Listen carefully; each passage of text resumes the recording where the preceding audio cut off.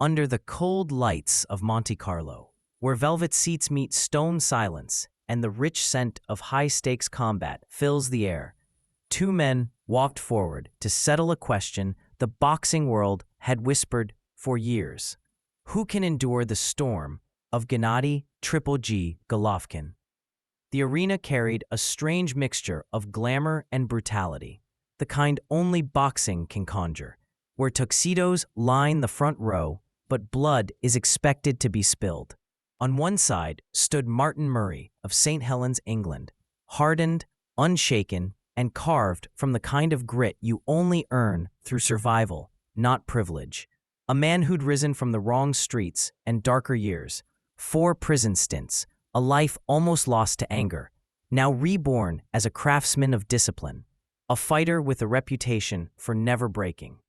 On the other side, the reigning, defending, undefeated middleweight champion of the world, Kazakhstan's own destroyer, Gennady Golovkin, a fighter with a kind smile but a nightmarish gift, every punch thudding like a hammer against history itself. As their names echoed through the venue, one delivered with British steel, the other with Kazakh thunder, you could feel the building tension ripple through the Monte Carlo crowd. This wasn't just another defense for Golovkin. It was a test against a man who had never been stopped, a man who many thought would finally drag Triple G into the deep water. But as the bell rang for round 1, it became clear that the water itself was beginning to tremble. Round 1 opened with a deceptively simple chessboard. Golovkin, as always, advanced behind that cold, economical footwork, never rushing, never chasing, just tightening the ring, one invisible inch at a time. Murray fought smart, disrupting rhythms, stepping off at angles, sliding jabs through seams most couldn't find. The Englishman even clipped Golovkin with a crisp right hand, snapping the champion's head back just enough to make the crowd gasp. But Triple G is a different kind of creature, one who studies pain, not avoids it. He took Murray's cleanest punch, then offered a chilling reply, a heavy right hand that echoed like a closing vault door, a reminder that Golovkin does not absorb shots, he records them. As the rounds progressed into the early frames, Murray showed a bravery that bordered on defiance. He targeted the temple, he jabbed with authority, he moved with intelligence. Yet each success came with a price. Golovkin's counters began finding the body, that infamous left hook digging into the ribs like a knife sliding between armor plates. By round 3, the pattern was undeniable. Murray was boxing beautifully, bravely, but Golovkin was studying him, breaking him down like an engineer dismantling steel. Every jab was a probe, every hook a calculation. And then came the first true crack, a Golovkin right hand that shook Murray to the core. He stayed upright, even fired back, because that's who Martinmurray is. But the storm had begun to form, the pressure rising punch by punch, moment by moment, until the air itself seemed ready to burst. Round 4 delivered the first thunderbolt. Just when Murray seemed to regain his rhythm, just when he dared to believe he could ride out Golovkin's pressure, the Kazakh champion delivered a masterpiece of brutality, a perfectly placed body shot, buried so deep beneath the ribcage, it seemed to fold Murray's entire frame inward. Murray dropped to a knee, eyes wide, breath stolen from his lungs, as though the floor itself had swallowed the oxygen. The Monte Carlo crowd gasped. For the first time in the fight, they saw Martinmurray, the man who'd never been stopped, forced to bow beneath Golovkin's power. He rose, because of course he did, but he rose into hell. Golovkin smelled the moment like a predator.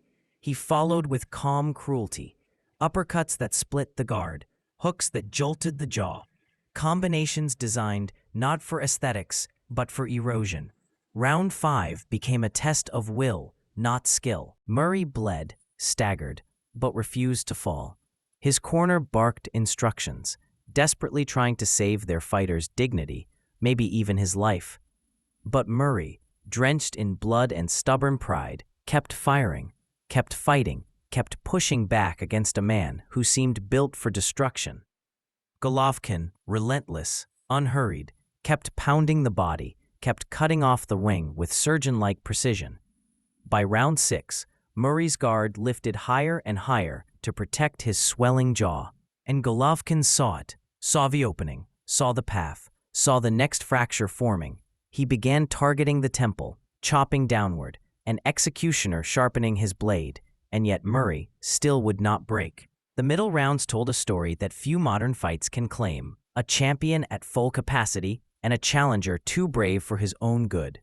Murray's face swelled, his nose streamed crimson, his breaths came ragged and desperate, but the Englishman refused to yield.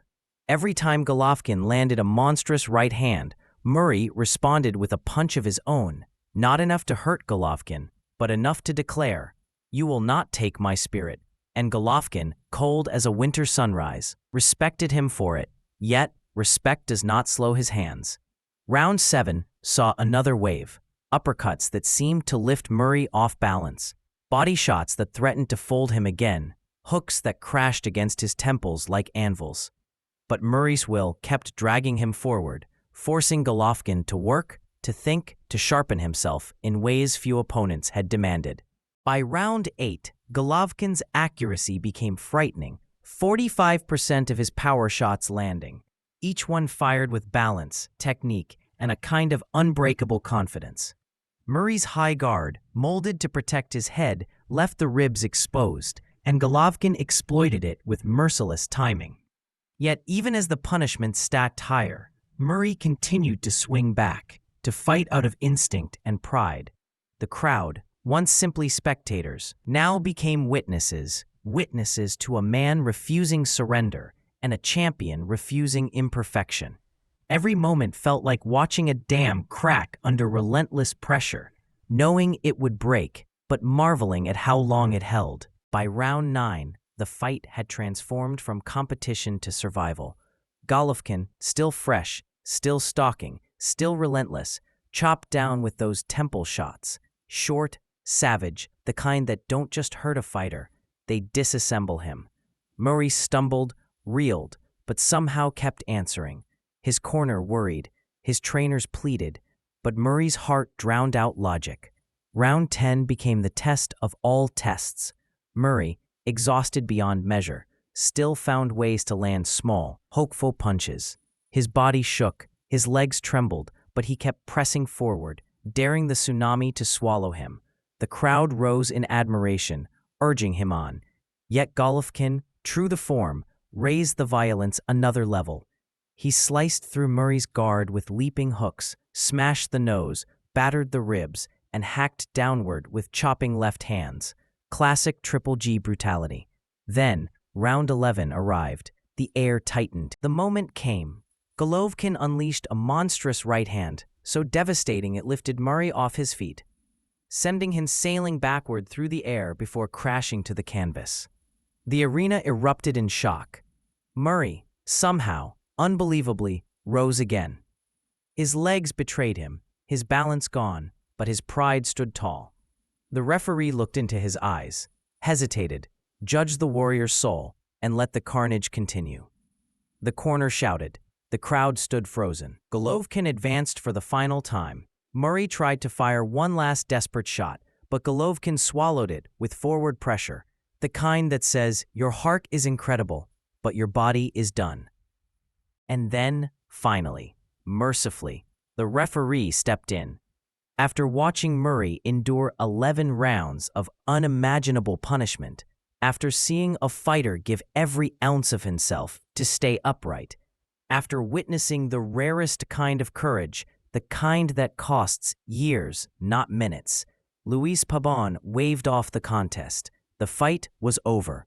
Gennady Golovkin, cold and magnificent, extended his unstoppable knockout streak. Martin Murray, battered but unbroken in spirit, had earned something far greater than a win: the respect of every person who watched him refuse surrender against one of the most terrifying punchers of the era. As Golovkin raised his gloves and the announcement filled the arena, winner by TKO, Gennady Triple G Golovkin.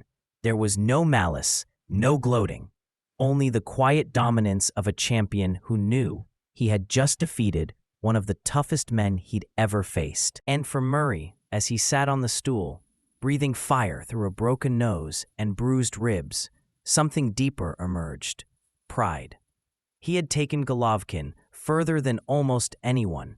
He had stood against the storm. He had survived 11 rounds of a man designed for destruction.